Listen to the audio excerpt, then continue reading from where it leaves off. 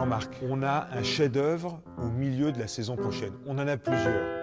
Mais là, il y en a un qui est absolument incontestable. J'ai eu beaucoup de chance d'avoir quelques représentations de la dernière création de Joël Pomera.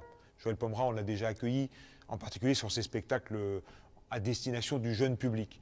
Là, il a imaginé un spectacle qui s'appelle Contes et légendes, qui est construit en séquences, en différents tableaux, sur le thème de l'adolescence, de la construction de soi et de la cohabitation avec des robots sociaux. C'est un spectacle un peu futuriste qui est esthétiquement au cordeau, avec des actrices qui sont incroyables, c'est assez dément, et il y a une puissance émotionnelle dans ce spectacle qui m'a bouleversé, quoi. Je suis sorti de là, j'étais vraiment secoué par ça. Donc, Contes et légendes de Joël Pomera, je ne vous dis pas ce que vous devez cocher et à quoi vous devez vous abonner, mais vous avez compris mon message. Après, on accueillera Patrick Pinault. Patrick Pinault, c'est un vieux compagnon de route, ça fait longtemps que je le connais, et il viendra avec deux moments différents dans la saison. Un portrait qu'on a imaginé tous les deux ensemble, parce que je pense que c'est un artiste qui est c'est intéressant à un moment de faire le portrait d'un artiste, quels sont les spectacles qu'il joue, quelles sont les personnes avec lesquelles il veut dialoguer, qu'est-ce qu'il imagine. Ben, on va commencer par ça. On va demander à Patrick comment il a imaginé, dans un dialogue avec nous, ce portrait, ce moment-là. Alors Patrick. Alors normalement, un solo, on appelle ça comme ça, mis en scène par Sylvie Orsier, écrit par Mohamed Rouabi. Ensuite, il y a un duo, normalement, hein, si on est autorisé à danser, avec Sylvain Groux, qui s'appelle Dans mes bras. Le premier s'appelle Moi, Jean-Noël Moulin, président sans fin. L'histoire d'une sorte d'ermite, comme ça, au milieu d'une forêt, une sorte de dernier homme qui va arriver à un événement assez considérable. Une sorte de prise comme ça de parole au milieu de nulle part et qui va s'adresser à toute l'humanité. Hein. C'est un sacré challenge. Le deuxième, c'est de la danse, parce que j'avais rêvé une fois dans ma vie, avant de passer de l'autre côté, de la montagne, comme je dis, c'est de danser. Voilà, je sais pas pourquoi. Alors que j'ai pas du tout un corps de danseur, j'avais envie de me confronter à ça, et donc il y a un chorégraphe, Sylvain Groux, qui a accepté de construire un spectacle avec moi. Et puis, il y aura une lecture avec toi, mon cher Marc, parce qu'on se connaît depuis... C'est bizarre de dire ça d'un coup, depuis plus de 30 ans, je crois. Et tu m'as même vu démarrer dans la cour municipale, c'est pas rien. Et donc, c'est un exercice que j'aime beaucoup, la lecture. C'est quelque chose qui est important pour moi. Moi qui ai eu beaucoup de mal à lire dans ma jeunesse, maintenant, c'est quelque chose d'important, et de partager ça avec toi, c'était évident. Après, normalement, il y a une rencontre suite à cette lecture autour du vin, parce que le terroir, le vin, la terre, j'aime ça. Merci, ça c'est la première partie. Et Patrick viendra un peu plus tard dans la saison avec une création d'une pièce qui n'est pas encore écrite, qui est en cours d'écriture, qui est un texte de Mohamed Rouabi qui s'appelle Hortensia et qui se passe dans une maison de retraite. C'est une assez grosse distribution, ils seront 13 ou 14. Et là, donc c'est assez difficile pour moi d'en parler, mais on va encore demander à Patrick ce qu'il en pense et comment il imagine ce spectacle qui n'est pas encore écrit dans les discussions qu'il a pu avoir avec Mohamed, quoi.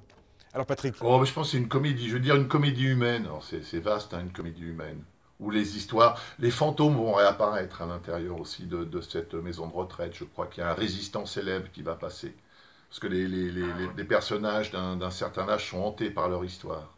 Mais c'est sous le thème de la comédie, hein. C'est une comédie. Ça ne veut pas dire que c'est léger, une comédie. Mais la fantaisie, la comédie, je dis la légèreté, je ne sais pas la légèreté. Parce que la vie peut être légère et profonde à la fois, on le sait tous. Elle peut être terrifiante, dure, et en même temps, parfois, elle offre des moments d'évasion. Voilà, je pense que ça va être un moment sur l'évasion, sur la réflexion, sur le regard de l'autre. Et ce que je disais tout à l'heure, c'est qu'il y a huit personnes qui vont nous rejoindre. On appelle ça les amateurs, les passionnés. Je pense que c'est plus des gens d'associations, de maisons de retraite, qui vont venir nous rejoindre aussi. Donc il y aura à peu près 20 à 21 personnes sur le plateau. Et de 3 générations. Et ça, je tenais très fort à ça. Autre personnalité marquante de notre histoire, d'histoire du projet ici, c'est Pauline Bureau, Jean-Marc. Pauline Bureau, elle est venue avec plein de spectacles différents. Et là, elle vient, c'est même d'ailleurs elle qui ouvre la saison, puisqu'elle devait être au printemps dernier, puis avec le Covid, ça n'a pas pu se faire, avec un spectacle qui est un peu plus léger, on va dire, dans ce qu'elle a l'habitude de faire, qui s'appelle Féminine. Alors, je comptais le voir, moi, ici, en mars-avril, quand elle le jouait, puis je n'ai pas pu le voir. Donc, je vais le découvrir avec vous, peut-être, Jean-Marc. Féminine, c'est l'histoire de la première équipe de foot féminine en France, qui s'est réunie à partir d'une sorte de blague, de blagues imaginées par un journal local, c'est à Reims dans les années 60, et qui est devenue une histoire de fraternité, d'humanité et une grande histoire sportive, parce qu'elles vont aller très très loin dans la compétition, je ne vous en dis pas plus. Et puis toujours avec cette thématique de Pauline qui est de nous faire réfléchir sur la condition des femmes en France au cours de ces 30 dernières années. C'est vraiment quelque chose qui lui tient à cœur. Féminine. Thomas Kyerday, je voudrais vous dire un mot sur Thomas Kyerday. C'est aussi un artiste qu'il est difficile de définir comme ça, puisque d'un spectacle à l'autre, il propose des choses assez variées, et ça j'aime bien moi. Là, il est tombé amoureux d'un livre qu'il a lu. Bon, je ne vous en dis pas plus, il va nous en parler, et le spectacle qu'on accueille ici est programmé aussi dans le cadre très prestigieux du Festival d'automne. Donc on a de la chance vraiment de l'avoir. Bonjour Thomas. Oui Marc, bonjour. Effectivement, je vais adapter donc pour le théâtre le dernier roman de Christophe Honoré qui s'appelle Ton père et que je vais commencer à répéter le 24 août et on le présentera toute la saison prochaine dans différents théâtres. Et je tenais à enregistrer cette vidéo en extérieur en Bretagne parce que le roman lui aussi a lieu en partie en Bretagne, dans la région de Rostrenain et de Carré. Dans Côte d'Armor, c'est là où je me trouve aujourd'hui, c'est un hasard. Donc je voulais vous montrer un petit peu de la région bretonne dans cette vidéo. C'est un roman que j'ai lu il y a 2 ans et au départ j'ai pas du tout pensé à l'adapter pour le théâtre. Je le lisais comme un roman qu'on lit le soir avant de s'endormir. Et puis eh bien la dernière phrase du roman, il y a eu une espèce d'évidence. J'ai refermé le livre et j'ai contacté Christophe Honoré tout de suite sur Facebook avec cette envie de le monter sans trop réfléchir, de manière instinctive. Et il m'a dit qu'il était étonné de ma démarche parce que c'est un roman qui lui est assez personnel. Il raconte ce qui lui est vraiment arrivé, un harcèlement assez violent qui lui est tombé dessus parce que il est papa d'une petite fille de 12 ans à l'époque et il est aussi homosexuel. Et c'est un harcèlement qui va se mettre en place de quelqu'un, je vous révèle pas qui va remettre en question le fait qu'il soit un père et qu'il soit gay. Notamment le premier mot qu'il reçoit sur sa porte punaisée, c'est guerre et paix, contrepétrie douteuse. Et ce premier mot, puis après il y en aura de nombreux autres, va tout remettre en cause dans sa vie, il va commencer à douter de lui, à douter de savoir s'il est un bon père, et replonger dans sa jeunesse et dans sa relation avec son propre père, justement, en Bretagne, comme je vous le disais. Alors voilà, on va s'éloigner de la figure de Christophe Honoré dans ce que je vais faire, dans l'adaptation pour le théâtre. C'est Thomas Blanchard qui va incarner le rôle du narrateur avec 4 autres comédiens qui feront tous les personnages. On sera en quadrifrontal aussi parce qu'on a envie de vous raconter cette histoire de manière très douce et très agréable et très ensemble en fait. Et on a vraiment hâte de vous retrouver donc pour ce spectacle l'adaptation est terminée et on vous attend donc voilà. À très vite. Bon, merci Thomas. Jean-Marc, depuis quelques années, on a inventé un truc ici qui s'appelle les walks. C'est-à-dire, c'est des week-ends qu'on organise autour d'une personnalité ou d'une thématique ou d'une discipline. Alors, on met des spectacles dans tous les endroits du théâtre, des conférences, des spectacles pour les enfants, de la bouffe, du vin, de la musique. Enfin, c'est un moment de fête autour d'une discipline. Et là, on l'a imaginé avec un artiste qui vient travailler ici discrètement avec des amateurs, qui vient de temps en temps présenter ses spectacles, et un conteur qui s'appelle Jacques Combes.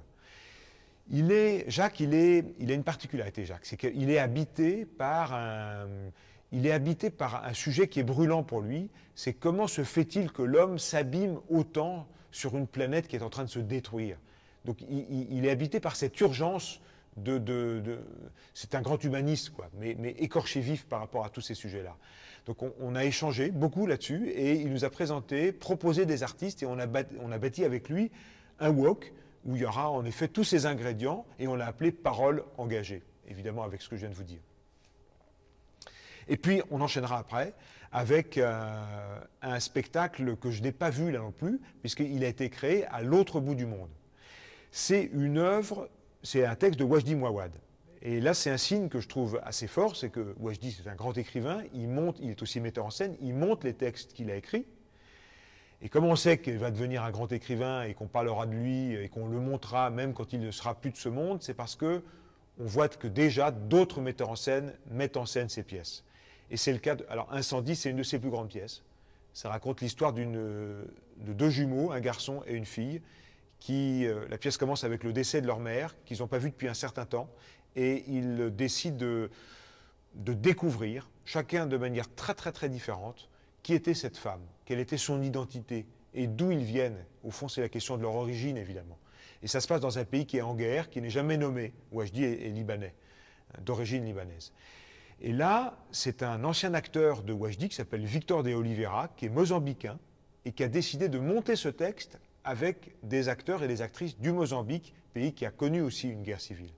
Donc c'est un spectacle qui a été créé au Mozambique, joué à Lisbonne, et qui viendra en France pour quelques représentations, dont une ici, au Théâtre La Piscine. C'est un spectacle qui sera en portugais, surtitré en français. Voilà, c'est le nectar de la création contemporaine que je vous propose, hein, Jean-Marc.